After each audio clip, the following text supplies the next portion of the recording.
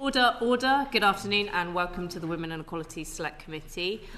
Today we are holding a follow-up oral evidence session on misogyny in music because although we have seen progress through our previous reports and through actions from government, we know that the problem still exists and has not gone away. Today we will hear from Jen Smith, Chief Executive at Creative Industries Independent Standards Authority. Sometimes will be referred to as CISA here, just because that's shorter. And Zelda Perkins, Chief Executive and Founder at Can't Buy My Silence. Welcome to you both and thank you for coming. I'm going to hand straight over to Nia. Thank you very much indeed, Chair, and welcome. Before we get started on the detail, perhaps you could just outline your thoughts about why such a body as the Creative Industries Independent Standards Authority is actually needed for the creative industry sector. Thank you. I think it's an important question. Having worked at CISA now for 3 years, yes, we have seen some improvements, but the problem still persists. Fear of victimisation remains high. Patterns of harmful behaviour are often hidden, particularly given the prevalence of freelance workers across the creative industries. So what CISA will bring is joined-up oversight to identify those patterns and nip them in the bud. There has been good work, as I've said, on individual policies and procedures, but there are significant gaps in the infrastructure and people still fall through those gaps. And it's not just individuals that are coming to us. It's SMEs and smaller businesses seeking advice. About 70% of the creative industries are 10 employees or less. They don't have access to big HR departments. CISA is needed. This is what I hear all the time when I'm out and about. We need you. We absolutely want a safe place to bring our concerns. We absolutely want a place that can give us expert advice, given the nuance of the creative industries, and we've needed you for a very long time. And can you give us some idea of to what extent there is harassment, bullying and discrimination in the creative industries? I think that's a particularly interesting question because one of the problems that we face is there is not considered a data set looking at these issues, and that's also one of the problems that CISA wishes to solve for the creative industries. So I would like to come back in front of this committee in 2 years' time and tell you with confidence, with data as well as with testimony, whether fear of victimisation is getting better or worse. Whether the scale of bullying, harassment, discrimination is getting better or worse. And I think, this is about, there is greater awareness of the issue. That's true, but it remains a very uneven landscape in terms of consistency of experience and expectation, and that's where our CISA standards are being embedded and helping to be that leveller to deal with some of the power imbalances that you see that are prevalent in the creative industries. And equally, if I may, I'd just like to talk about not only the human cost, but the economic burden for the creative industries. We did some deep dive research last year with a labour market economist. We calculated that the economic burden of bullying, harassment and discrimination in the creative industries is a staggering 1.8 billion a year. This is impacting 700,000 of our colleagues at any one time. That's a third of the creative industries workforce, and that represents a growth gap of 1.4%. That is significant. It is still a current problem. Well, with the caveat of there being a lack of data, that does sound quite a detailed response, in fact, and a very concerning one. Are there any particular sectors that are giving cause for concern? And then I'll come over to Zelda then. I think, as I said, it's an uneven landscape. We're currently working across film, TV, music and theatre. We've talked about the prevalence of freelance workers. 80% of the live music sector, for example, is based on freelance working. I think the sectors that we would like to particularly come towards us are the live music sector and also commercial theatre. We welcome them to our table. We have strong support from many organisations across the creative industries, but we'd like to broaden that base. Yeah, so I just wanted to add, in answer to both your questions, Jen's right, there isn't any joined up data. There is a lot of data out there, and I'm going to give you a couple of the figures just to kind of give you an idea, even though it's not joined up. The Music Union have done a big survey, the Independent Society of Musicians have done a big survey, BEC2 have done big surveys, and all of them are coming back with figures around sort of 85% of members won't report on harassment and about sexual misconduct for fear of reprisal and not being able to work again. 94% of respondents want better standards. So, I mean, when you're looking at the data that there is out there, even though it's coming from different places and it's not joined up, it's all very clear and it all backs each other up. This isn't, you know, we're not getting disparate figures. And in terms of if CISA is needed and what CISA does, I mean, it really isn't a question of if CISA is needed. It's why more hasn't been done to facilitate CISA right now. When you look at what the creative industries bring to the UK economy, and, you know, the facts and figures aren't my forte, but from what I looked at today, the GVA to British economy is 124 billion for the creative industries. And we're looking at a completely unrepresented workforce who are incredibly vulnerable because of the way the creative industry works. And this isn't about us putting strictures on the creative industry. It's actually about trying to make it more creative, more inclusive, a better, safer place to work where we don't lose talent. Because actually there's a huge amount of talent that is lost because they are abused and discriminated against. They have nowhere to go, they have no protection, they're not protected under, you know, any of the workers' rights that are out there. Hopefully with the new employment bill that will change, but that's, you know, on a knife edge in terms of whether they're going to change the definition and broaden that definition of a worker to include freelance, which is absolutely imperative, because if that doesn't happen, you know, all of this workforce is completely discriminated against. And I mean, I have, again, from an outside perspective, I have people coming to me all the time, not just about NDAs, but because I'm visible as somebody from the creative industries, talking about what's happened to them, asking where to go, what do they do, what are their rights. And it's very difficult because there's not a lot that I can tell them, apart from go to the press, which is not also the right way to go for the majority of people.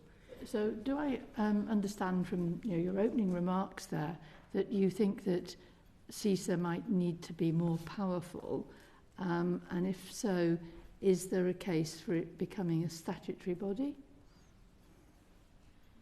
So we are an industry-backed standards authority. That has not changed.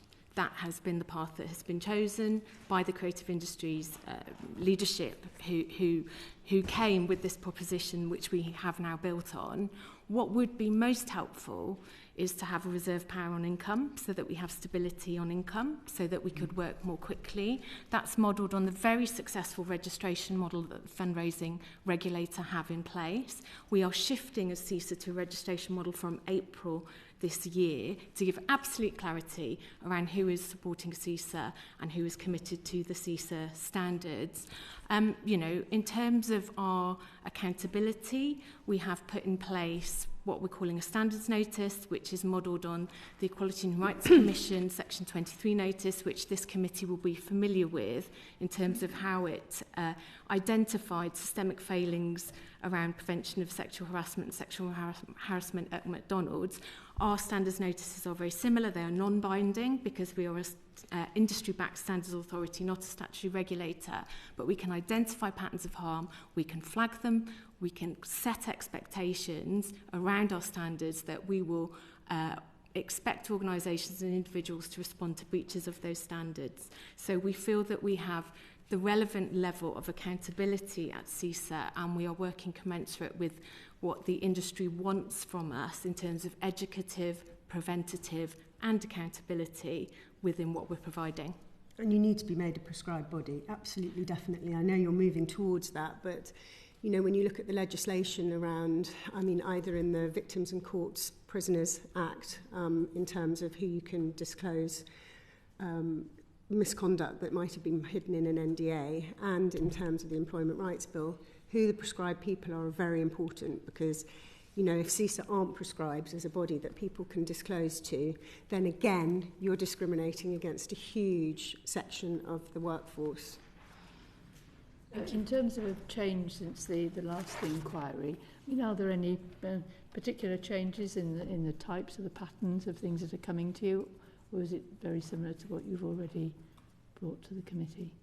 I think, it's still an alarming scale and volume of harm that is coming to CISA, which is very much informing our services and our operating model. And because we're independent and confidential, people are coming to us now. They want to tell us their experiences. It's lonely and frightening. They need us. We're very much needed.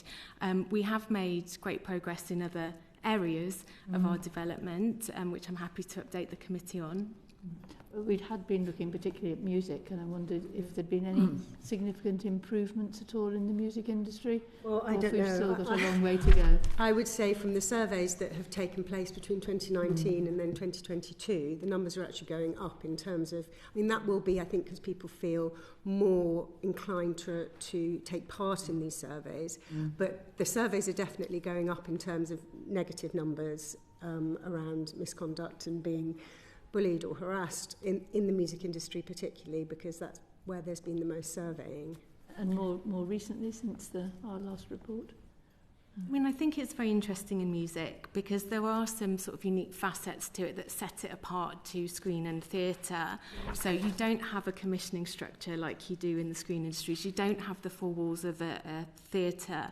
So it's a much more diffuse ecology, and there are unique structural vulnerabilities within that. You've got a lot more sole traders, you've got a lot more freelancers, you're going into somebody's home to record your track in a recording studio. Where do you go if you have a problem? So I think the accountability gaps in music are more pronounced actually than in other aspects of the creative sectors that we are working in.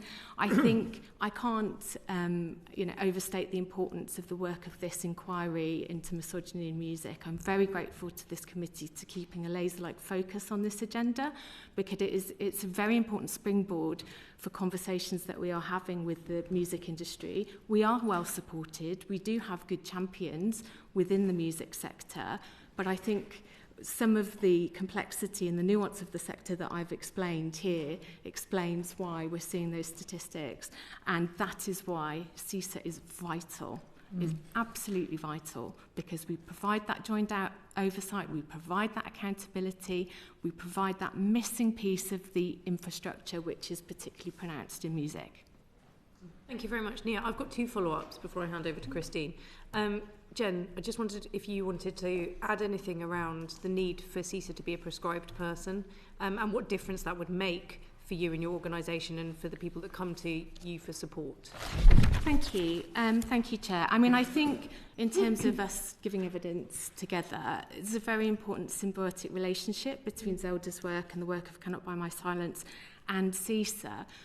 We have to have an official whistleblowing body in the creative industries that is established to receive protected disclosures and indeed unprotected disclosures. That's why our status, which we understand is progressing and has progressed since I last updated the committee through the Department of Business and Trade, is vital. There has to be this additional safety valve for people who wish to come forward to us. Just on Saturday, I was with professionals from the costume and wardrobe department, and they were telling me that it's quite common for them to be expected to sign a preemptive NDA before they enter the threshold if they're doing a fitting in somebody's house.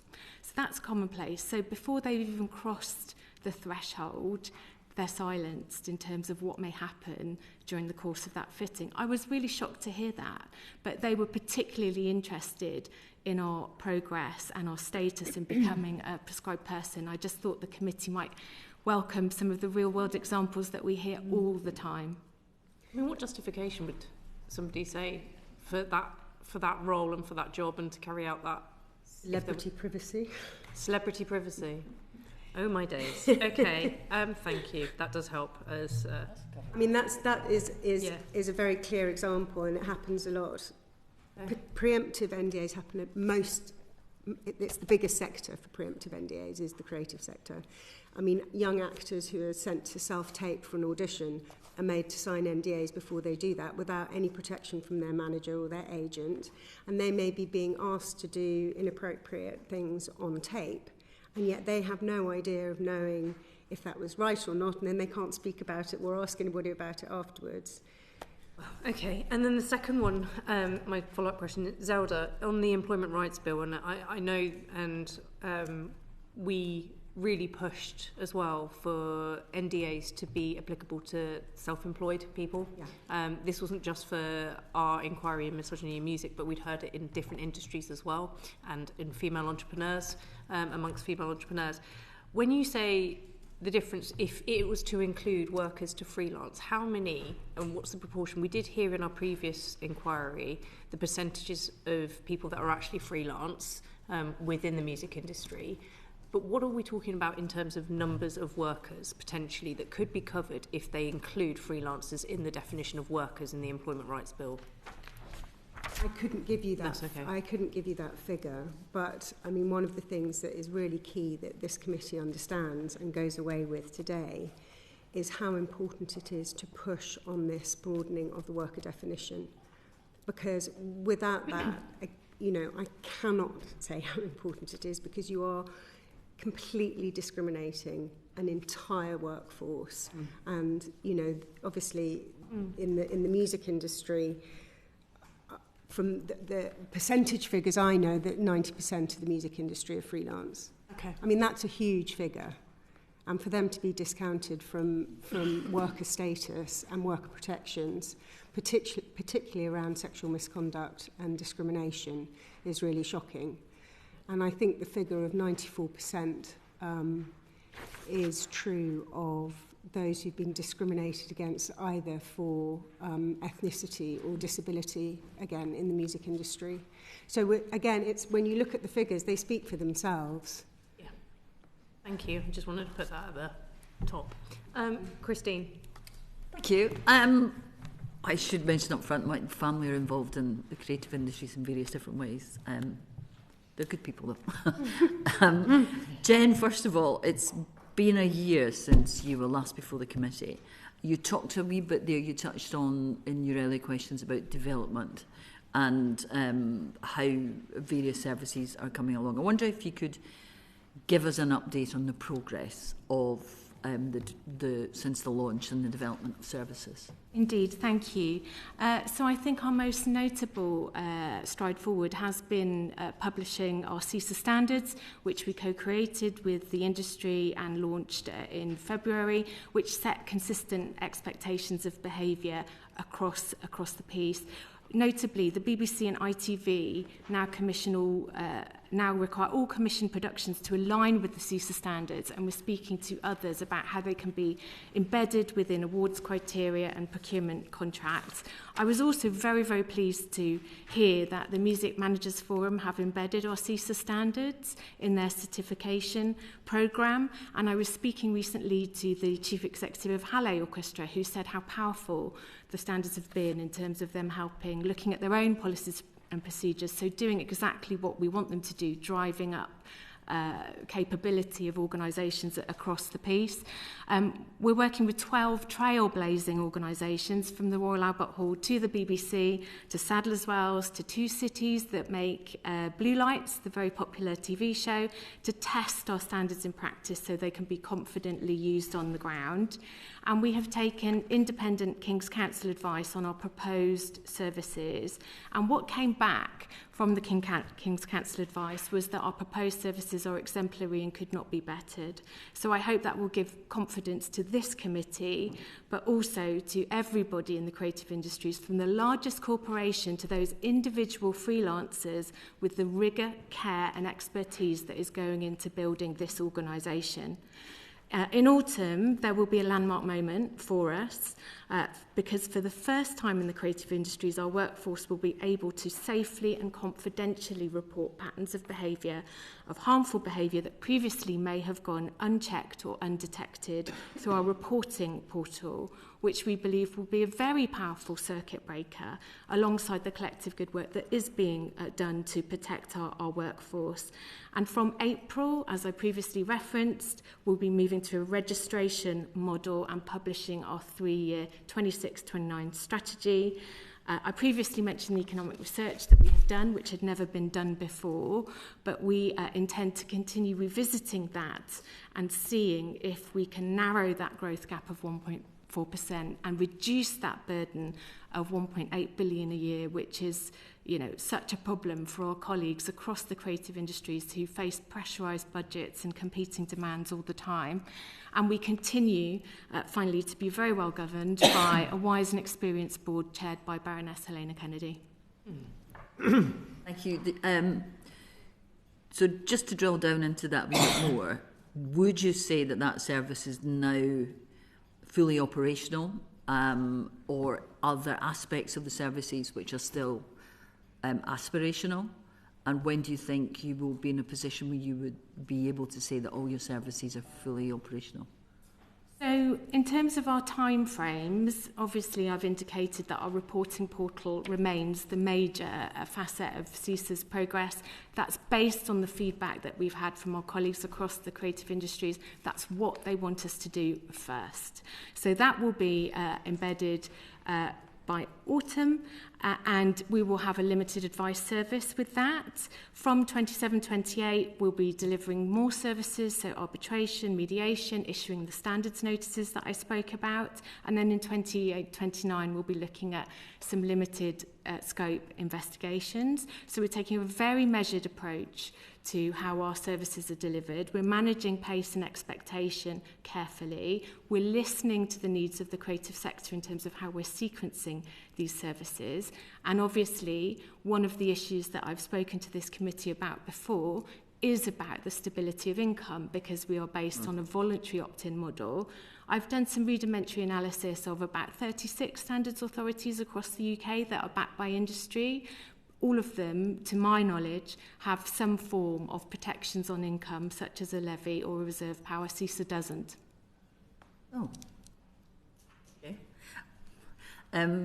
On that, though, you talked about the work that you've already done with the BBC, ITV, various independent production companies. Why do you think you're having, or are you having more success in getting people to come forward now to you than perhaps previously? I think, you know, the origins of CISA are that, you know, September 2022, we were given a combined contribution of £65,000 by the UK broadcasters. That was our set-up capital.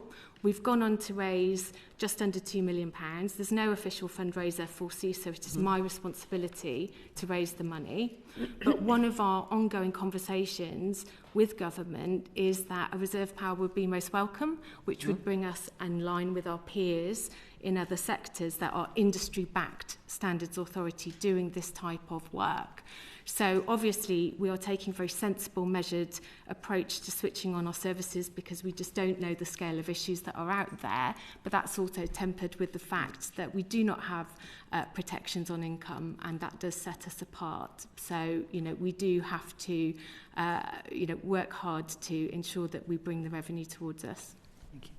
Zelda, was there anything you wanted to add to that in particular about the sort of reasons why someone who's been pressured to sign an NDA, what they might be looking for from CISA? Well, one of the biggest problems when you've signed an NDA is you're legally isolated, completely isolated, as well as emotionally isolated. And for most people, there is an NDA will make out that you can't speak to anybody. It's going to be very clear going forward now that an NDA can't stop you from speaking to a prescribed person. But for those people who feel that they can't speak to anybody to get advice, there has to be somewhere for them to go. And again, if you're working at home, you're alone, you're a sole trader, you're even more isolated in terms of information. Now, with the new legislation that's come forward with the Victims and Prisoners Bill, that means that no NDA can stop you from speaking to certain people if you have witnessed or been subject to criminal behaviour. Now, a lot of people aren't sure what criminal behaviour is. And, you know, a lot of people aren't going to be able to afford to go and check that with a lawyer, or will be too afraid to go and speak to the police about that. But being able to go to a body like CISA makes that accessible to everybody in that industry. And it's hugely important. And I have to just say, I think it is an extraordinary feat that Jen and CISA have managed to raise the funds that they have managed to raise. And I can tell you, having also spent a lot of time working with the creative industries, just in terms of trying to get them to take responsibility for not using NDAs abusively.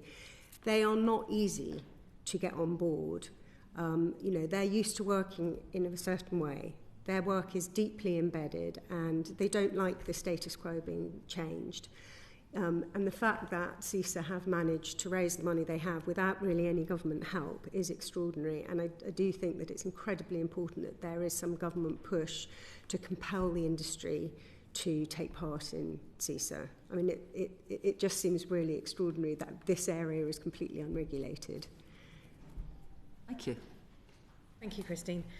I just wanted to push a bit further on that point that Zelda just made about this incredible work, that this balance that you've managed to create, quite frankly, and the difference it would make if you weren't just reliant on sometimes the perpetrators of poor behaviour actually coughing up and putting money forward to CISA or implementing CISA standards.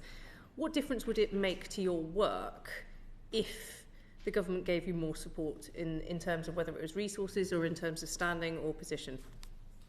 Thank you, Chair. I mean, I think I may be frank with the committee to say that this job doesn't always make you popular with your colleagues in the creative industries, and not everybody races towards you. So, I think it is great that we do have champions and that we have been able to raise that money, because it is testament to the goodwill behind the proposition. This is absolutely necessary and this must happen. I think in terms of our specific asks of government, as I said, I do believe it's right that industry does fund this body. I don't think we should be asking for public purse contributions, but the reserve power to ensure that industry does pay and it's fair and equitable across the landscape is our ask. I appreciate that that's difficult, but that would be a change maker in terms of the pace of delivery and the vision for the organisation that we can bring in terms of celebrating what's great about the creative industries and taking our blueprint. I mean, we have 27 other countries that are watching our work very carefully and wanting to replicate CISA in other countries. I think that, there are other things that government has and can do to support us in terms of the prescribed person status, which we've spoken about, which is progressing through the Department of Business and Trade, but also championing registration. And the Secretary of State herself has been very vocal in her support for CISA, for which we are very grateful, and we have regular contact with officials. But I think those things would be most powerful in terms of supporting us, as well as I've previously spoken to this committee about some limited exemptions around data protection with reference to Schedule 2, Paragraph 11 of the 2018 Data Protection Act, which many standards authorities are afforded. That is also on our list to discuss with government. Thank you. Thank you very much. On that point around the data protection, what commitments has the government made to CISA in addressing those?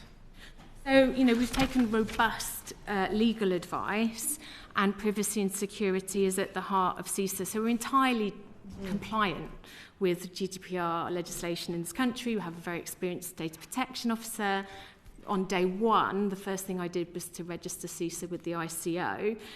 So there are no identifiable impediments, if you like, no showstoppers, but it would ease our operational effectiveness, and those conversations remain ongoing if we were to be granted those limited exemptions. Thank you, Jen. I'm going to pass on to David now. Thank you very much. Jen, questions for this section are predominantly for you, but Zelda, I am interested in your views if you want to jump in. And it's looking at the engagement that you have had from across the creative industries with CISA so far, particularly regarding training and standards. So do you see that you have a particular level of engagement from particular areas of the industry that you represent? So, for example, films, music, theatre, TV, is it different? Does it differ, the engagement, from different areas of the industry? Again, I think it's a very interesting question, because we have some organisations, of course, that work across film and TV or music and screen, for example. So it's quite difficult to aggregate and split, which hence the reason why one body that has oversight across the ecosystem, if you like, the complex ecology of the creative industries is what we're proposing and what we think is right. And I think soon, David, this question will be a thing of the past because, we will have our registration model, so it'll be absolutely clear in plain sight those organisations that are supporting CISA, that are committed to the CISA standards. So you, your constituents, your fellow parliamentarians, the Secretary of State, the public, but crucially our workforce, those individual freelancers that are making decisions. Do I want to go in that recording studio? Do I want to go to that theatre? We'll see the CISA registration mark, and will have confidence that they know that this organisation is committed to safeguarding them and the ecosystem. So I think it's a really interesting conversation. We will write and update the committee in full as we progress to our registration model, so you will get to see, the landscape of who is supporting us. We do have great champions, of course, but I think it's quite difficult for me to give you that split in this moment. And we are at some really pivotal conversations of bringing other organisations towards us as well. Okay, that's interesting, and it will be good to get that Indeed. information further down the line. But would you say there's a pattern to the type of people who support you, or is it very much down to the personality of the leader or the leadership team, would you say? Yeah, I think, it has been based on brilliant leaders really coming towards us, really recognising the scale of the challenge. I think it's also about bandwidth. We're a big sector, we're a small team, so there are lots of conversations that remain to be had. And I think, as I say, there are some who don't race towards you. You're talking about decades of power imbalances and decades of accountability gaps. They're difficult conversations. Your phone doesn't always ring as much as you would like it to in those scenarios. But I think I feel really confident that this is too important, and there are too many good leaders and brilliant stakeholders that have got us to this point that will see us to full maturity. But obviously it would be so much quicker and so much better should we have a stability of income with a reserve power that we could do more quickly. Just on that, I guess two sort of follow-up questions, if I may. So obviously the people who come to you and want to be recognised or be part of the scheme that you offer are probably the good people, the good leaders, the transparent leaders. Do you think there's a concern there that maybe those who should be monitored by you guys are not being monitored? So our purview is the whole of the creative industries, whether you register with CISA or not. I think we'll make that really clear as we move to this new model in April. So, you could receive a standards notice from CISA if we identify a pattern of harmful behaviour if you're not registered with CISA. And, we've built the funding model so that the big look after the small, because we are a creative ecology, and lots of people have responded to that, for which we're very grateful. But at the heart of CISA is our independence. We're an entirely independent entity. We will operate without fear or favour. Yes, we have stakeholder engagement and we're building trust with our stakeholders that fund us, but we recognise the absolute importance of being independent for that individual freelancer and for all of the organisations right across the scale. That's central to our integrity as an organisation. So, we'll emphasise that within the registration model. But just to answer your question again, whether you register with CISA or not, we're looking at the scope of film, TV, music and theatre in terms of our people that can come to us. And obviously those four areas of the creative industry you cover, there's obviously other areas like gaming, like art and so on and so forth. Do you think there's a problem within those areas of the industry as well? And obviously you can't pick everything up, but should... Yeah, I think that 1.8 billion that I referenced is across the whole of the creative sector, the economic burden. And yes, our vision for this organisation is that we support the whole of the creative sector, but measuring pace and expectation, being good pragmatists, bringing in sectors sequentially as we move forward. But certainly we've had initial conversations with the games industry, socialising the concept of CISA. So over time, that is our ambition, to broaden the base. So wherever you work in the creative ecology, you're protected by CISA. And then final question then, Zelda, if you want to add anything. To what extent is one of the benefits of CISA that it can spot patterns of behaviour that individual companies may be unaware of due to people moving around the industry? So this really is the sort of unique facet of CISA, that essentially we become that data controller that you can report to us, companies can report to us. So if you take an example of someone on a production, they exhibit harmful behaviours, the HR department in that production company deal with it, then that person goes to work on another production and repeats that pattern of behaviour. And then, you know, and so on, you get the point. CISA has that oversight, that backstop provision. Obviously, we would want to flag behaviours back to the companies where people are working, say, look, you might want to take a look at this. You know, we know that's powerful and important. We know Patrick Holland, the chief exec, the chair of Banijay, has spoken in Screen Trades recently to say how important that will be for the screen sector moving forward, to have that unique ability to spot patterns wherever you're working across the creative industries, rather than the policies and procedures that are individual within organisations, which are really important and in some cases excellent.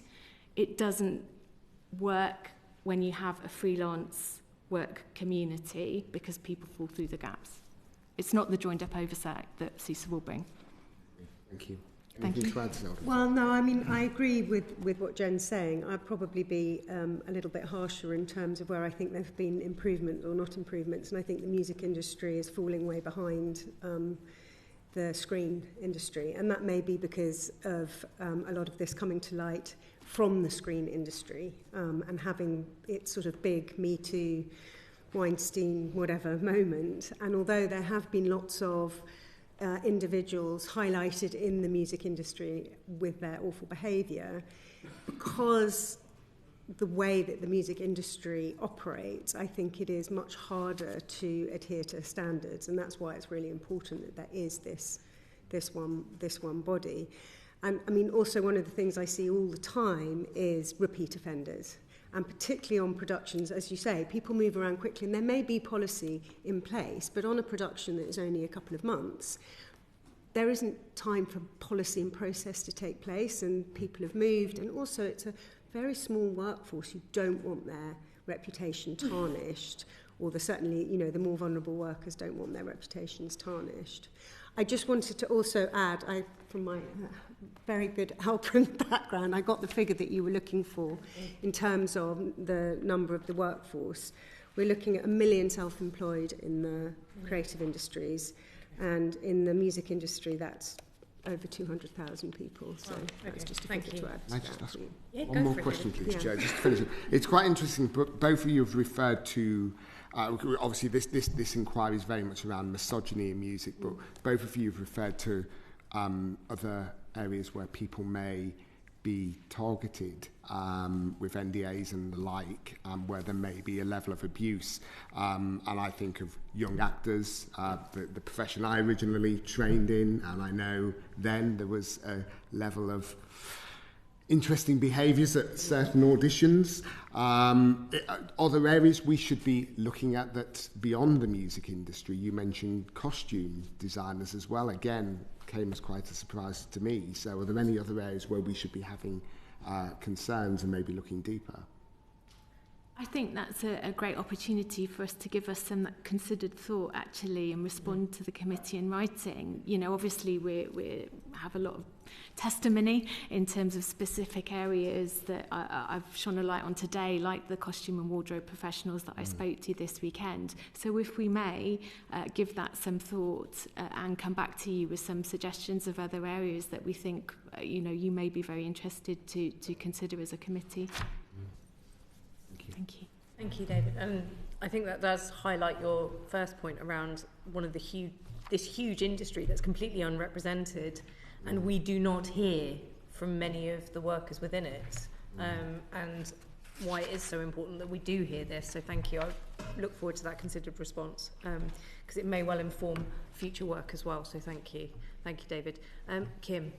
Okay, thank you, Chair. David, I didn't realise you were an actor, darling. Hidden talents. Thank you both for coming in. I'm quite a new member of the committee, and this is a new area for me, and it's fascinating, and thank you for all the work that you're doing, because there clearly are some very serious problems here that need addressing. I'm going to come back to funding, and I think, Jen, you said that initially CISA started with £65,000. I'm not quite sure where that came from, if you could tell us, and then you've had to raise £2 million yourself, which you've clearly done a brilliant job of doing.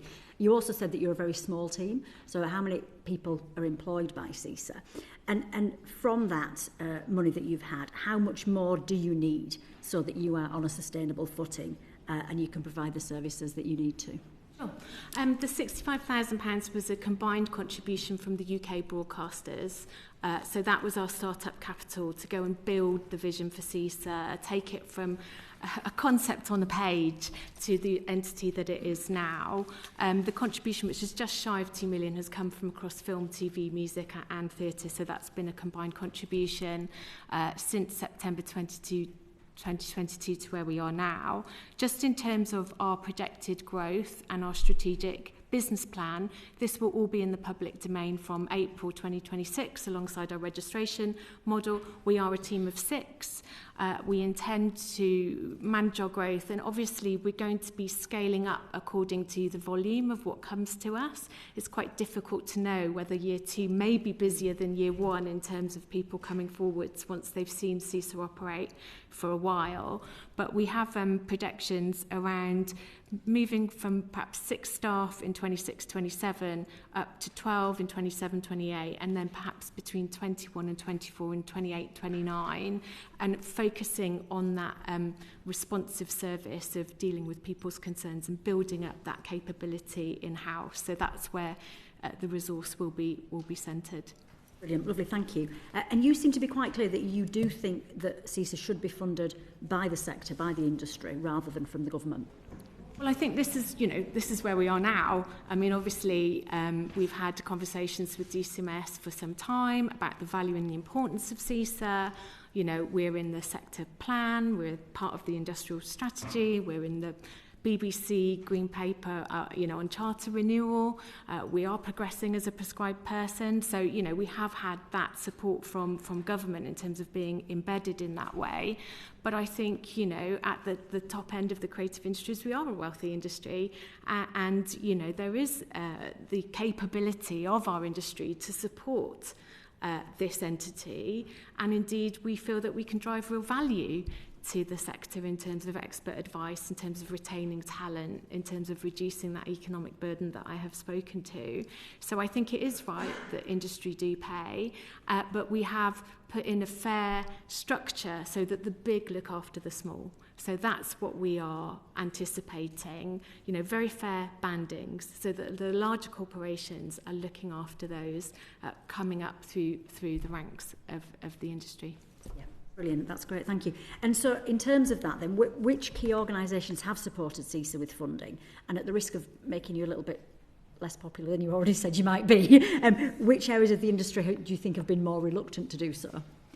So I think that we are in a really good series of conversations at the moment with some key organisations who I think will come towards us. I think, as I say, this question will be a thing of the past very soon, because the registration model makes it absolutely plain in the public domain, those organisations that are supporting CISA.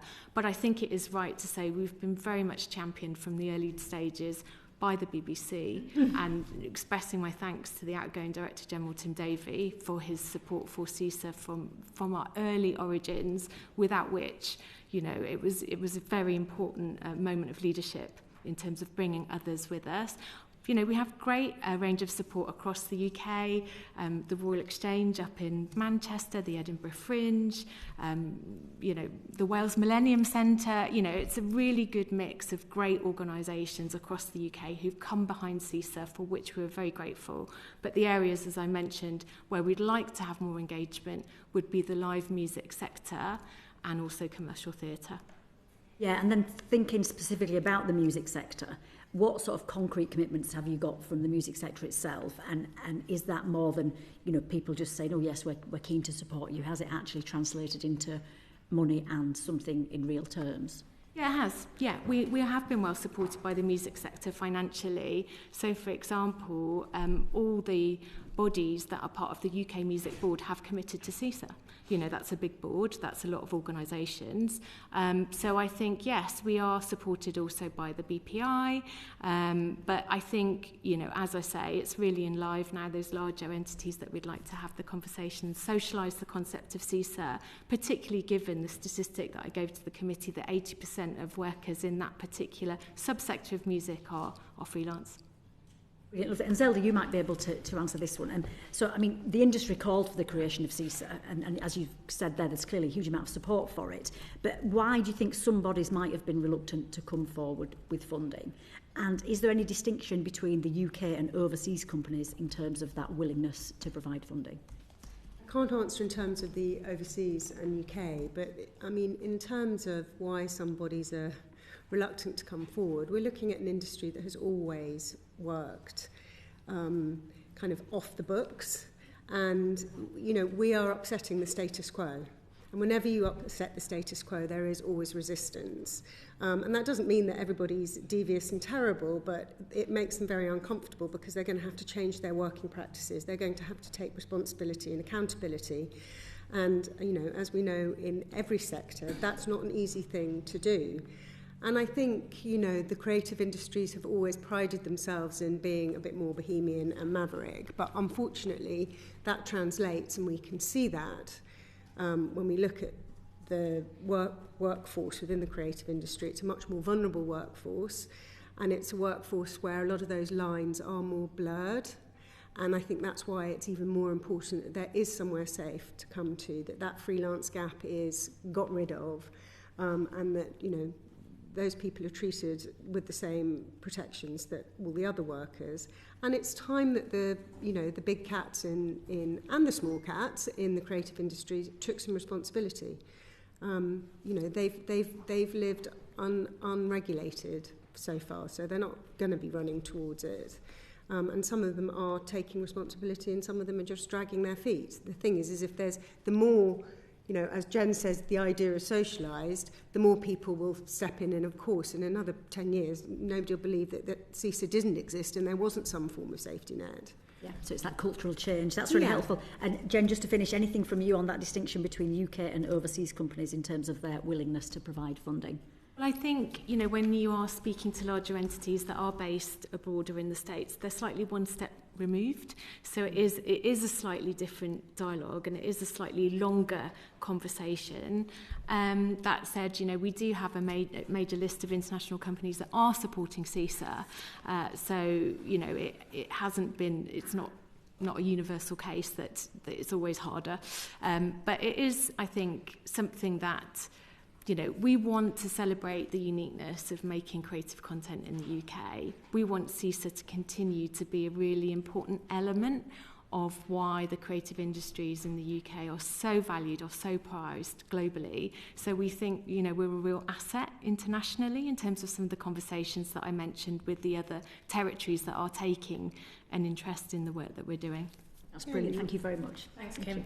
I just want to come back to this point around the international element, because the music industry is global, and it's beautifully so, and that's a wonderful part of it. Same with the creative industry as a whole.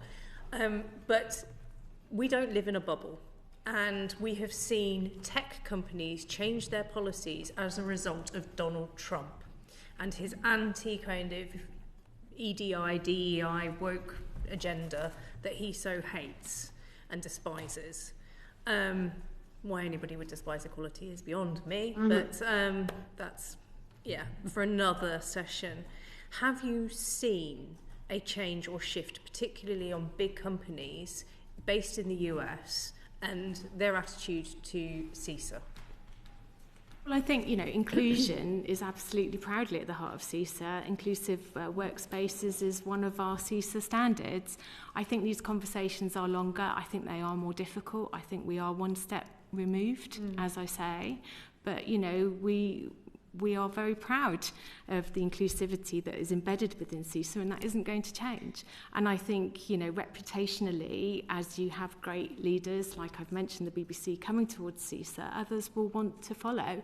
I think in some cases it may be a longer dialogue, but, you know, we do have international support for CISA. And how much do you think that support from big organisations like the BBC relies very much on political leadership? Because, Zelda, I would love to be able to have the confidence that you have, that in 10 years' time, people will look back and think, how could CISA not have existed? But given the landscape politically, we are seeing ever more divisive, hateful rhetoric dominating our political landscape. And for me, I think progress is not inevitable. How do we future-proof CISA with regards to making sure that it can exist regardless of political will? That's a big question.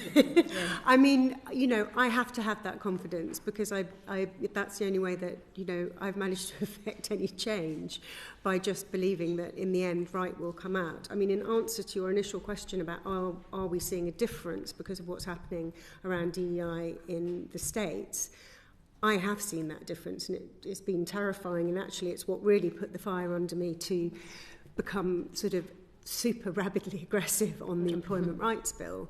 A lot of you won't be aware, but with Can't Buy My Silence, we started a voluntary pledge for, initially it was higher education, and then it was big businesses, to sign up to a voluntary, unenforceable pledge to say they would not use NDAs unethically and abusively.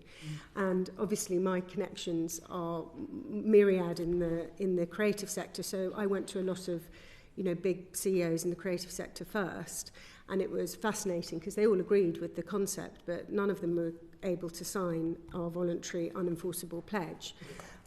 In other areas of the business sector, I did have a couple of big businesses who signed up, and, you know, this is something I've not spoken about publicly yet, but they wanted to wait, you know, and that make this announcement once there were a few more other big corporations signed up.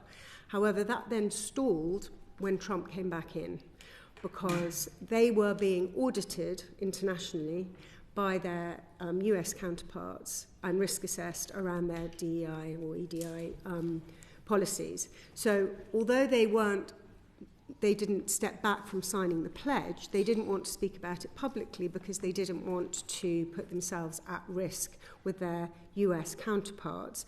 And their exact words to me were, just get the legislation changed. And, you know, which we sort of nearly have, you have nearly, but that doesn't mean that Britain shouldn't be leading in creating gold standard, and CISA will be creating a gold standard. And, you know, the UK is looked at as, you know, is highly revered for its creativity. So that should actually give us the confidence to create the gold standard. And, you know, the only way to push back against what's happening in America is to show the right way forward. Thank you. Thank you very much. Kevin. Thank you, Chair. I think I'd like to explore a bit more about funding itself and actually the future of funding in particular. Jen, it's been really interesting to hear. You've been talking about the registration model and the practical benefits that will bring to the work of CISA. I mean, in truth, how sustainable do you think this registration model will be in terms of the actual money that comes in? And what evidence is underpinning that assessment? So I think we're really based on the successful model that the fundraising regulator has. They've got a registration model which they've been very generous with their expertise into how they've brought that in. So, you know, charities have this kite mark that you see that's very visible, and it's very rare that you would see a charity that isn't registered with the fundraising regulator. You know, it is a very visible commitment. We think it will be sought after. It's proving very popular with our existing stakeholders. We have no reason to believe that our existing stakeholders that have funded CISA to this point won't carry on with us because of the value that we've already been able to kind of give them in terms of insight of professionalising and supporting their practices, which we've told has been very valuable to them. I think shifting to a registration model and tying people in, you know, for a 3-year period, which is what we anticipate people will do, will help to normalise and stabilise the income model. So we proceed with confidence, but it is also about the accountability and the clarity of making that visible. And I think that that will be beneficial for everybody. So, you know, we've made this deliberate shift. We, as I say, will think it will be beneficial for everybody. And it's been well received in the engagement that we've had thus far. Therefore, I feel that the relevant funding that is required for our phased approach to delivery will be forthcoming. Can I give you a cast iron guarantee? No, I can't. But do I believe that it will happen? Yes, I do.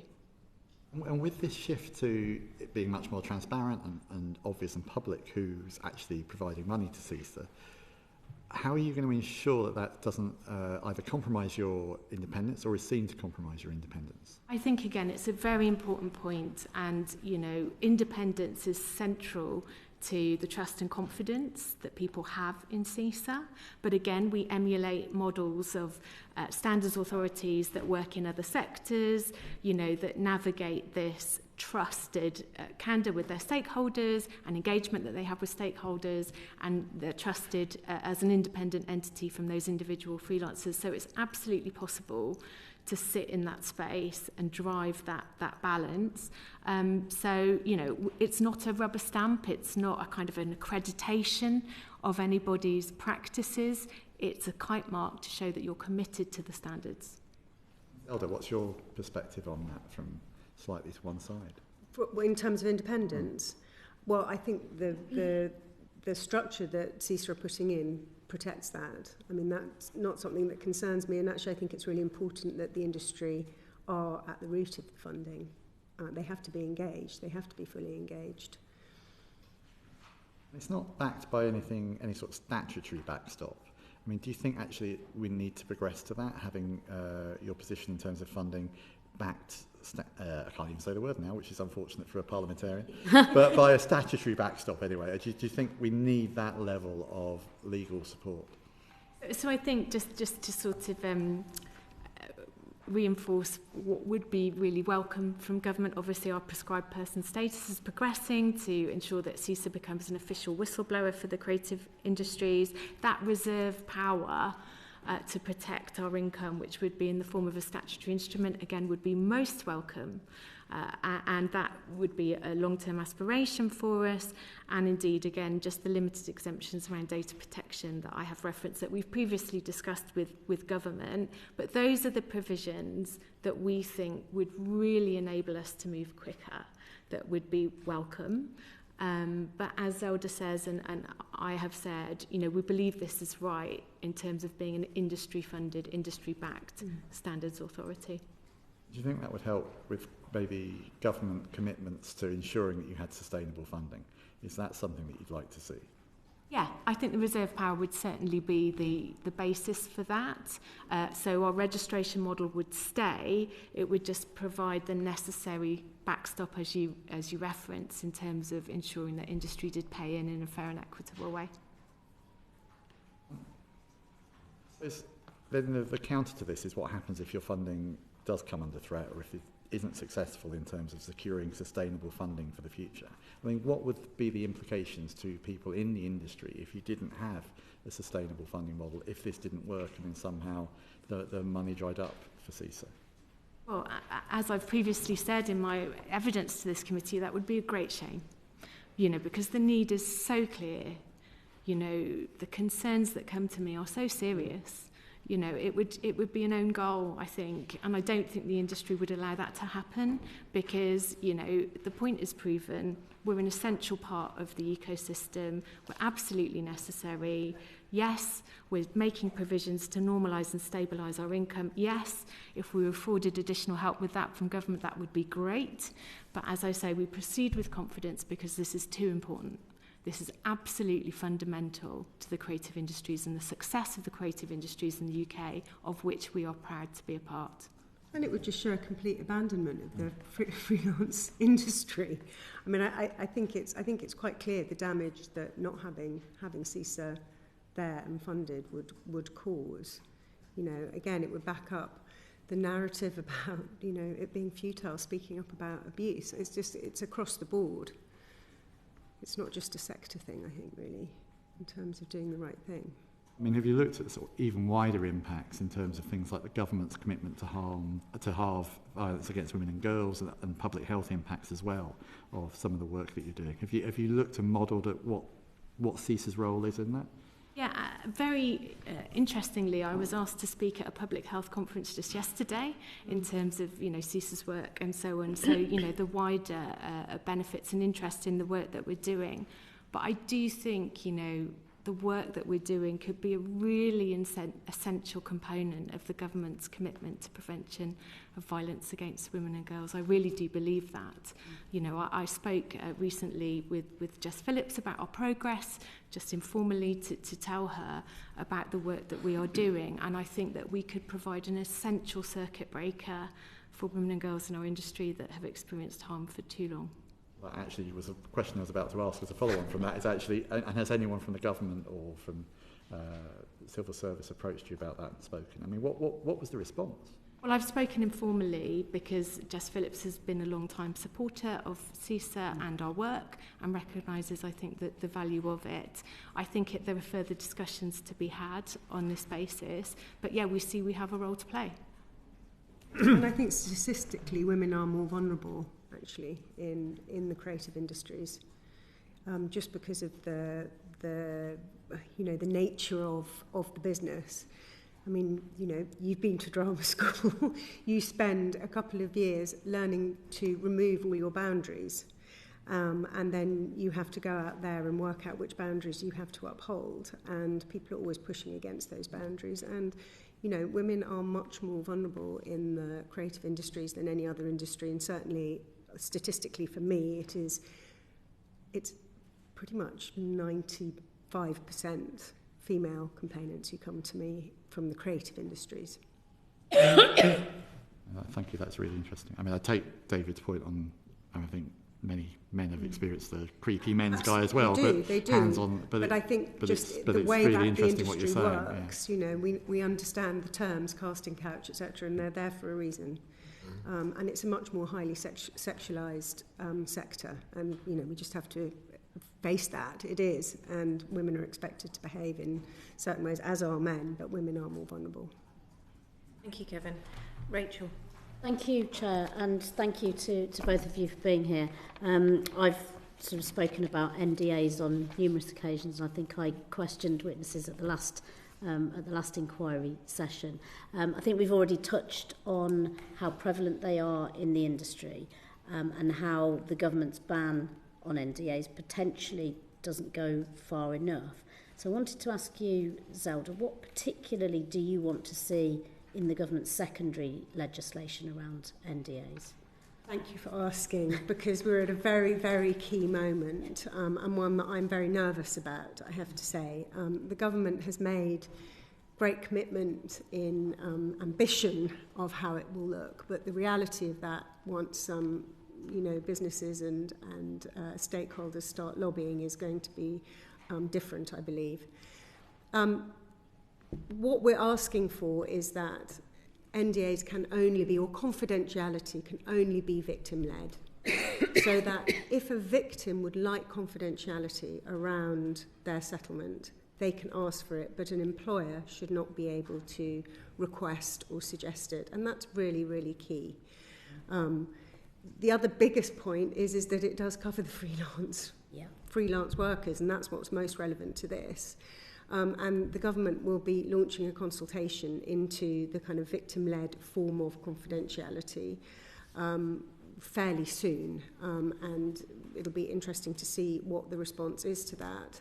But I think the thing to understand around non-disclosure agreements is that, we're not saying that people cannot use confidentiality. It just has to be used ethically.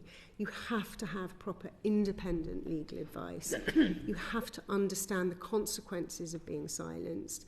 You have to preferably have a time limit on that it can't be in perpetuity, because particularly people who've suffered some, form of violent misconduct or traumatic misconduct often aren't ready or able to speak about things, in 1, 2, 3 years. The other very important thing is that they always have access to speak to prescribed people, even if they have signed confidentiality. you know, you have to be able to speak to the police, you have to be able to speak to a lawyer, you have to be able to speak to a regulator, to a therapist, to the HMRC, to a close member of your family. And you'd think that all of these things were obvious. And yes, in reality, not being able, you know, no agreement can stop you from speaking to the police or the HMRC, but an agreement can infer that you can't, and that's where the power is. And so it has to be very clear to people that they will always be able to speak to the people they need to speak to, and that it is victim-led. That's one of the concerns when you spoke about how prevalent the preemptive NDAs were, because as a lawyer who's advised people on the use of mainly settlement agreements in employment matters, it's the advice means something if a situation has happened, but that advice becomes a little more sort of nefarious if no situation has happened. So how would that work with these preemptive NDAs, or would you like to see a complete ban on those? If what goes forward happens, there can be no contractual clause that stops you from being able to speak about harassment or discrimination. So even if you've signed a preemptive NDA, you understand that that holds no water. And, you know, that's something where CISA will be very important, that CISA will be able to disseminate that information, because, you know, to sole traders and to freelance people, they don't get that information, and being able to go to CISA and CISA to be able to explain their protections to them is vital.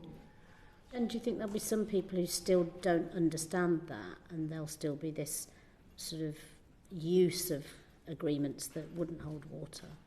I think, you know, there's a risk of that given the, you know, the diffuse ecology of the creative industries, but I think it's our job to be really visible and present when we do become a prescribed person, so that people do have more knowledge about their rights and people are aware of the changes in legislation that Zelda is leading on. So I think we really have a role to play in championing the facts and people's rights. So we see that as part of our work going forward, you know, in due course once we are afforded prescribed person status. It's hugely important that people understand that settlements are absolutely necessary. Again, I think there's been a confusion and a link between NDA and settlement, and that's because I'm afraid lawyers and employers have linked settlement to silence and to confidentiality. A settlement is not for that. A settlement is to agree to take the claim no further.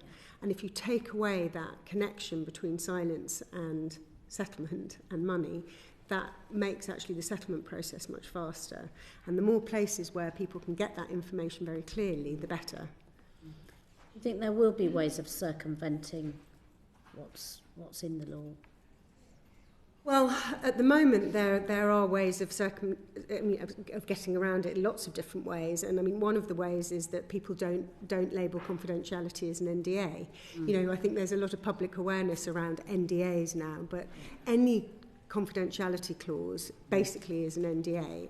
The great thing is in this new piece of legislation where it says no clause, that will cover things like non-disparagement, which is really important because again that's a technicality that a normal person wouldn't know. They see non-disparagement in an agreement and they wouldn't know that that was essentially an NDA. I mean, there are some other dangerous ways that it could be circumnavigated around something like ACAS being exempted or, you know, of course there are, but in terms of freelance, it's really an information issue. And Jen, at the moment, if someone were to come to CISA having signed an NDA, how are you able to support them? So we're not operational at this stage, Okay. And hence our desire Yeah. to ensure that we move quickly to a registration model and have the funding in place. Obviously, as I've mentioned, you know, prescribed person status is progressing, and our reporting service and advice will be available later this year. But it's something that we're alive to in terms of the scale of people who may request advice once we are afforded the status of official whistleblower entity. Thank you. And to what extent do you think this ban will lead to a cultural shift in the creative industries, and you know, in terms of both employers' behaviour, but also the culture of women feeling safe enough to report abuse. Yeah. Listen, you know, I have to be realistic. Cultural shifts take an incredibly long time, and am I not learning that? Thinking when I spoke up in 2017 that this would all be done and dusted in a couple of years, and we're now 9 years down. But I genuinely believe that this is something that will really make a huge cultural shift. You can tell people that they're not allowed to behave in certain ways till you're blue in the face and they won't take any notice of you. If you take away the mechanisms that hide bad behaviour, people will have to take responsibility and self-regulate. So, you know, whether you're looking at the creative industries or you're looking at big business, that actually makes life a lot easier for the employers, because people will have to think. They'll have to go, oh, am I going to make this inappropriate comment, or am I going to display this inappropriate behaviour? Currently, they know that they can hide that. They know that there is a legitimate way, a legalised way of hiding that. If you take that away, that behaviour will be exposed much faster. And I think people taking personal responsibility actually is a great step forward. And I think it'll make a huge difference. But it will take time. And again, I think it'll be harder in the creative industries because there's so much less structure. But that doesn't mean that it shouldn't happen. Do you want to add anything?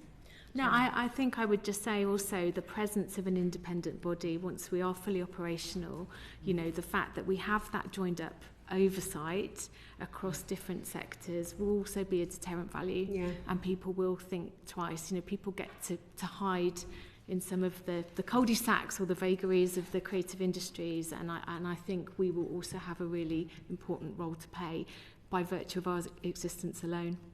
Thank you. I mean, I'd like to think that we will end up in a situation where people in power, men in power, don't abuse that power at the expense of women. But we can't stop that happening, but what we can do is make sure the system doesn't enable it or hide it. That's all we can do, and I think that's why it's so important, you know, that the government is making the decisions and making the changes it is. Thank you, Chair. Thanks, Rachel. Just in terms of registration and this really important prescribed person status, like a lot of this hinges on that. You've been asking for it for 2 years. Do you know what the hold-up is, and which department is it that you're liaising with?